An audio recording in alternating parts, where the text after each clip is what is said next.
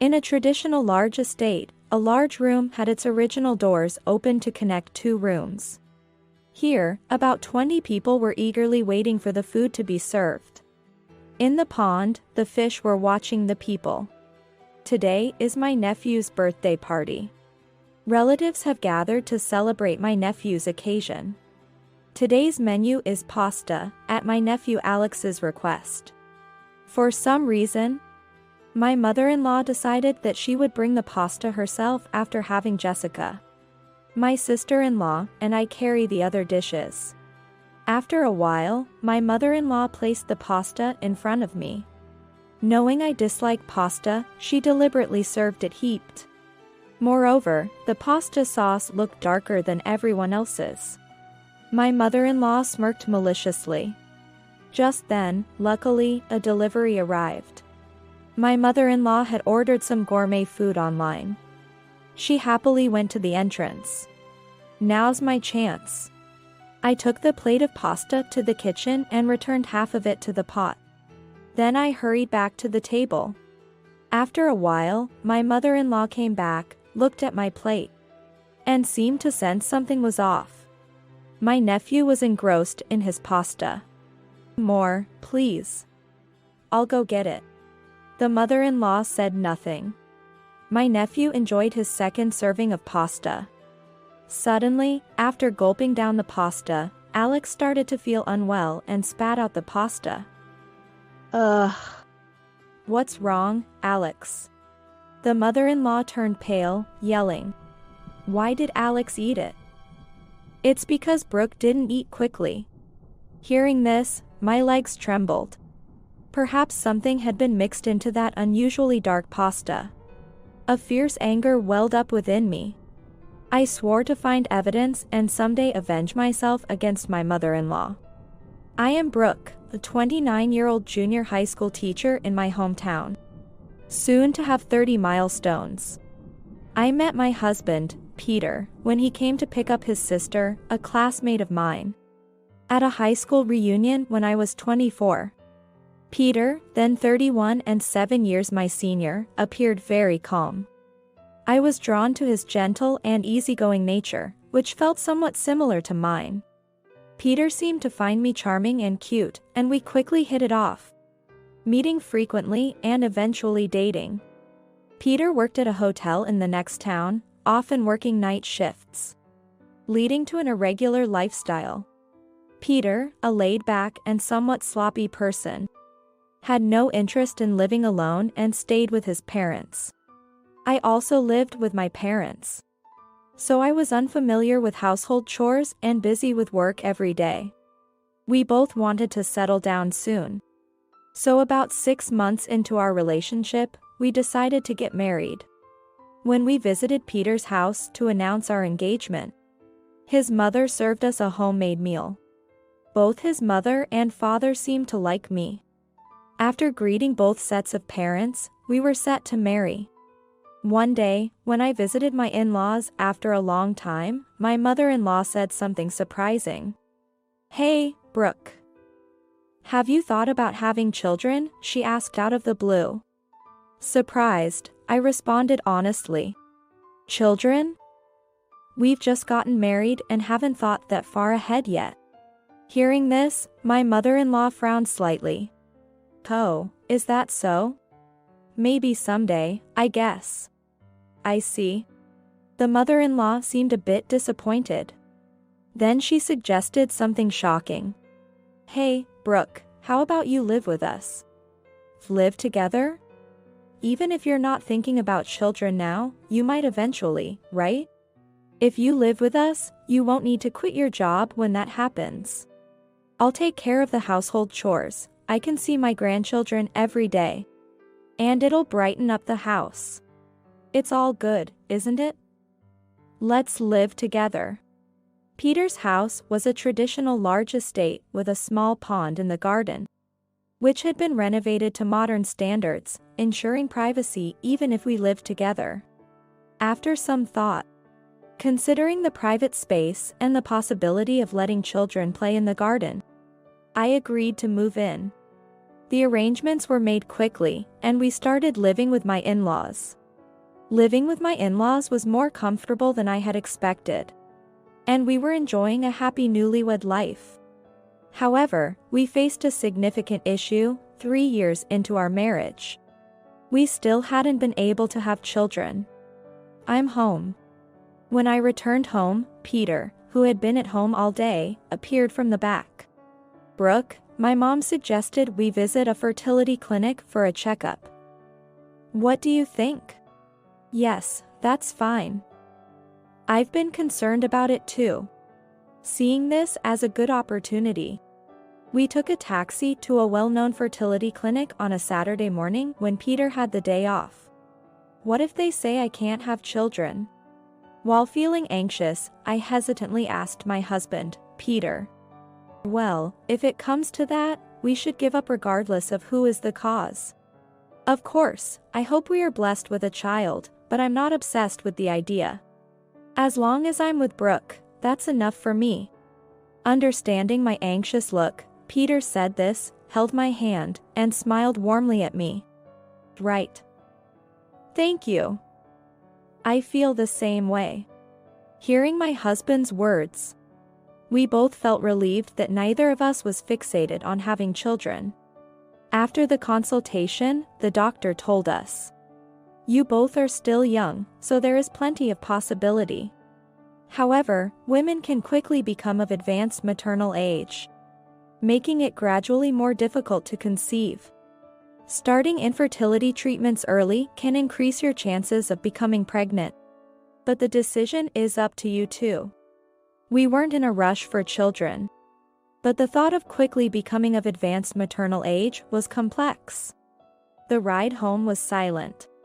There is a good chance of pregnancy, but to leverage that chance, it might be better to undergo infertility treatment. Neither of us was desperate for a child. Considering our busy daily work schedules, the time required for clinic visits was a concern. Plus, I am still young. Should we really start treatment right away? Or should we wait for a better time? I was deep in thought. After returning home from the hospital, Peter reported the results to his mother. So, that's how it is. Brooke, you'll of course go through with the treatment, right? Don't worry about the money, she said immediately. Her statement was a bit confusing. It's tough balancing work, so we thought about leaving it to nature for a bit longer. What are you saying? If you don't start soon, you'll be of advanced maternal age and it'll become even harder to have children. Why don't you quit your job and start treatment? Quit my job? Honestly, I had never considered that. Sure, there are days when the students won't listen, and I feel like giving up due to the workload. But I love my job. The faces of my students flashed before my eyes. I can't quit my job. I love my current job, and the students are important to me. I answered her firmly, but she looked at me wide-eyed in surprise and said, I can't believe it. Why? Children are necessary, aren't they? Of course, we'd be happy to have children. But neither Peter nor I are focusing that much on having children right now. I see. All right then. She replied, clearly displeased. From that day, her behavior towards me changed. She continued to persuade me to undergo infertility treatment every day. One day she brought a hospital pamphlet, saying, How about this hospital? It's run by a female doctor who will surely take good care of you. Or when I had a drink after work, she'd say, Brooke, you shouldn't drink alcohol if you're trying to conceive. Be careful about what you put into your body. The more she persuaded me, the more I felt forced, and I said, Please, enough. Peter and I will discuss our child's matter. Please leave us alone for now, in a firmer tone than usual. However, this made her attitude towards me grow colder. She barely spoke to me or avoided eye contact when I tried to speak to her. Once, I overheard her on the phone with a friend, blatantly speaking ill of me, saying, "Is your daughter-in-law also troublesome? But, compared to mine, she's nothing. Mine doesn't do anything. She can barely make pancakes. She has a hearty appetite though, a real good-for-nothing." It was a terrible way to be spoken about. I heard this from behind a cupboard. My mother-in-law, who was kind and gentle when I first married, was now enjoying gossiping about me with her friends. The thought of being treated like this until we had a child made me tear up. About a week later, I offered, "Mother, let me help with breakfast." I had offered before, and she had smiled, saying, "You're busy with work, Brooke. Don't worry about it. Just show me my grandchild's face soon." But this time was different. Finally decided to help, have you? "Well, let's start tomorrow then." I had offered before. I thought, but swallowed my anger. I forced a smile and said, "Leave it to me. However, I come home late every day, so I'll have to leave dinner to you."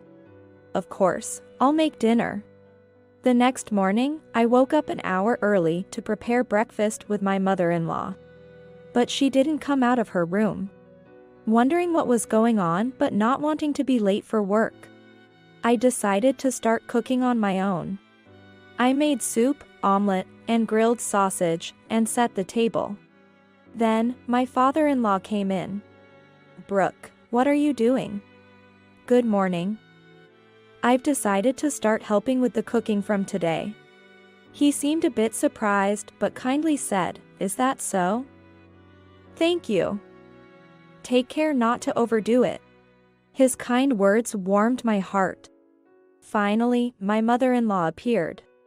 "Brooke, were you able to prepare the meal by yourself?" "Yes. I'm not great at cooking, but I did my best today. My husband, Peter, was on a night shift and hadn't come home yet. So, the three of us started eating. When my mother-in-law tasted the soup I made, she frowned and coughed. "What's this soup? Is something wrong? Did you put any herb salt in this?"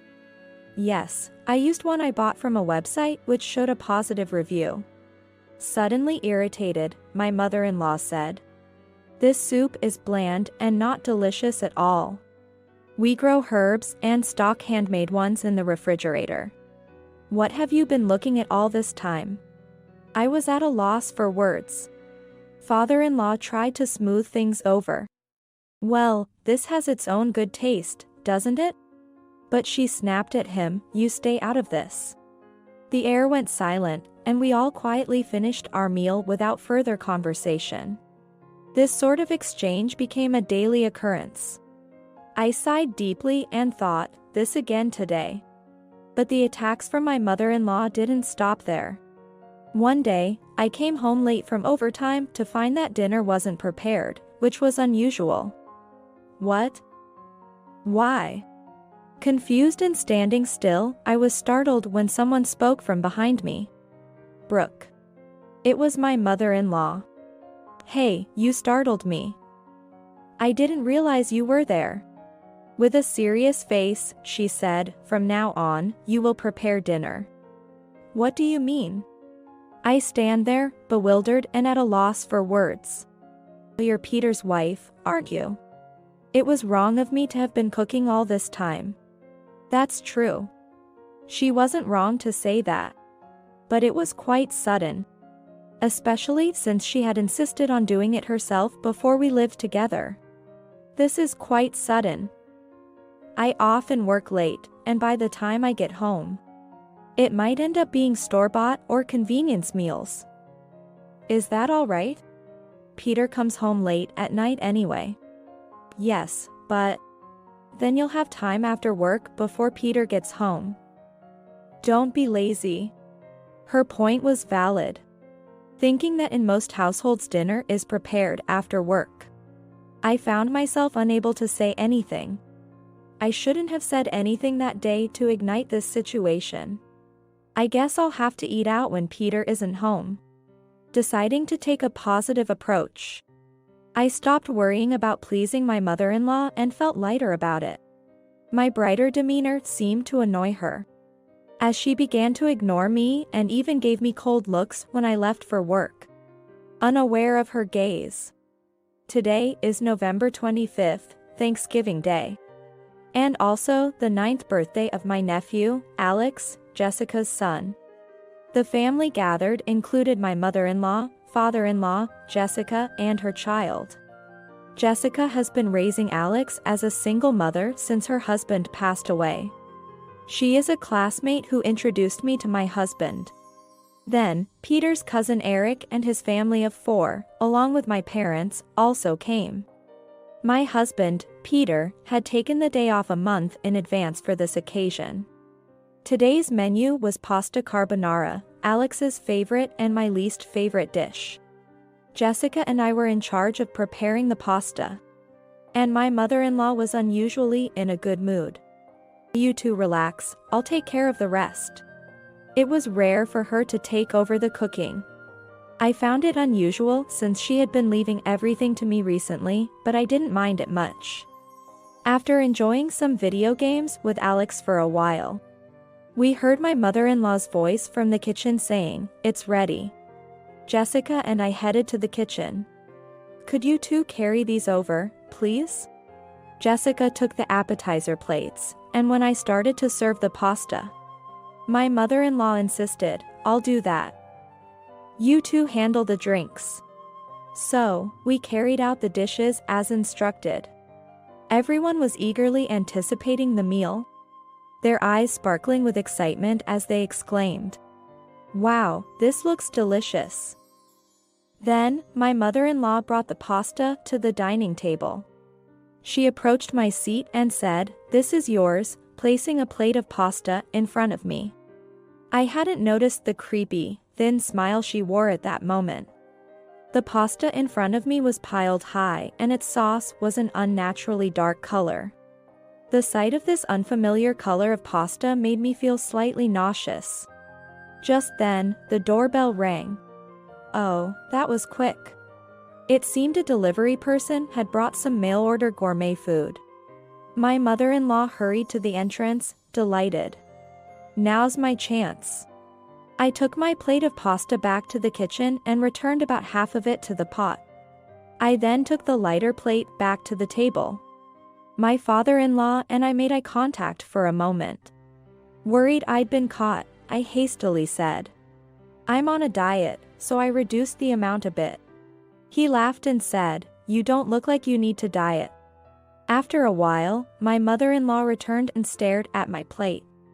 I was anxious she might notice something was off, but it seemed she didn't. Alex is a big boy and loves wrestling. He quickly finished his first serving. "Seconds, please." "Oh my, you do eat a lot. Pasta is my favorite," Alex said, opening his mouth wide for his second serving. Then suddenly spat it out, beginning to writhe in pain. Jessica hurried over to him, asking, "What's wrong, Alex?" My husband immediately called an ambulance. "Alex! Alex!" Jessica called out beside him, with my mother-in-law gaping in shock. Why did Alex eat it? Frustrated and repeatedly exclaiming. Her words made me realize she had added something to my pasta. This is terrible. My legs were shaking. It seemed Alex had eaten the pasta I had returned to the pot. This explained my mother-in-law's unusual behavior today. Jessica and Alex were taken away in the ambulance. Since we didn't have a car, Peter and I, along with my father-in-law, decided to follow in a taxi. Peter sat in the front, while my father-in-law and I sat in the back. But my mother-in-law was taking her time coming out. Mom's taking forever. What's she doing at a time like this? A thought struck me. Peter, I'll go get your mom. I tiptoed towards the kitchen. As I got closer, I heard rustling noises. Peeking around the corner from the hallway to the kitchen, I recoiled in shock. There was my mother-in-law, furiously washing the pasta pot with an incredibly fierce expression. Her stance was wide, and she seemed to be steaming from the head, not looking like herself at all. It was as if she had revealed her true form, similar to a mountain witch. The pasta was gone, likely forced down the toilet or the drain. Even as Alex was rushed away in such a state, she was desperately trying to cover up the evidence. I was too frightened to speak to her, and my legs wouldn't move to go back. Meow.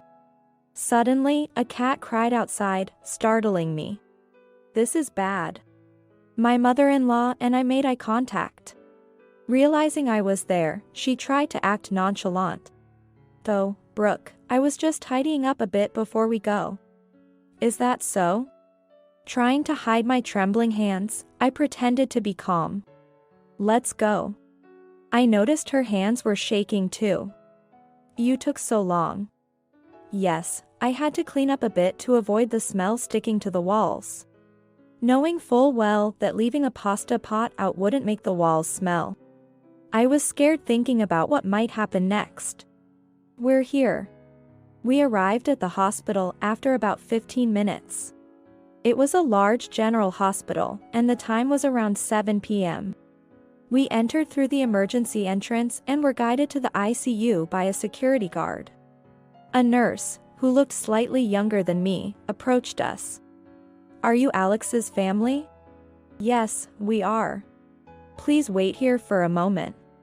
We were led to a nearby bench. There were 3 black vinyl sofas arranged in a C shape, each able to seat about 4 people.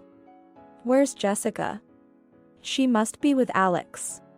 When I looked at my mother-in-law, her eyes were darting around nervously, clearly acting strangely. After about 10 minutes, Jessica came over with a pained expression. Jessica, how's Alex? He's just finished his examination, and they're currently washing out his stomach. So the pasta was the cause, then? For a moment, I felt my father-in-law glance at me sideways. If the pasta was indeed tampered with, would he suspect me? However, I had no motive. Or, if one were to be fabricated, it could be that a childless daughter-in-law, jealous of her sister-in-law's child, attempted murder. If that were the case, my mother-in-law's motive to harm me would be much stronger. What should I do? No. This isn't the time to worry. Pull yourself together, Brooke. I told myself sternly. Then, Jessica muttered, it's similar to what happened to him. I turned to Jessica in shock. Who do you mean? Tom, my late husband.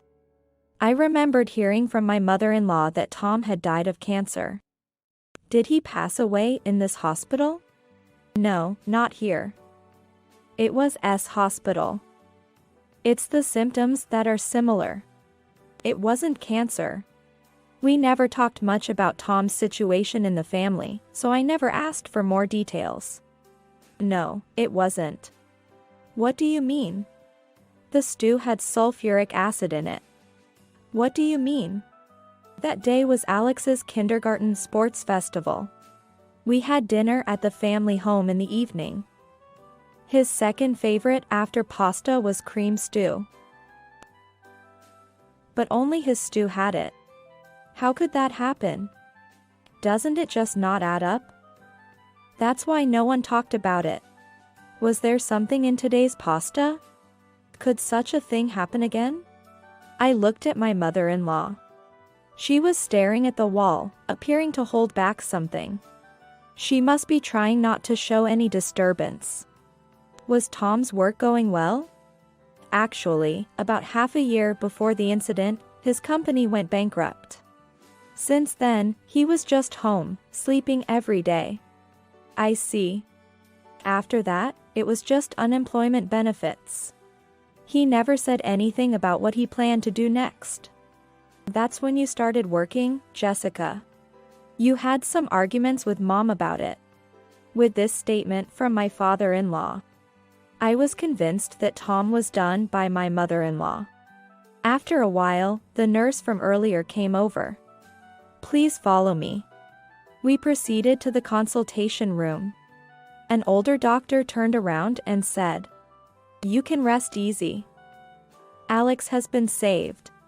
Everyone cried out in joy and relief. I saw that my mother-in-law was crying too.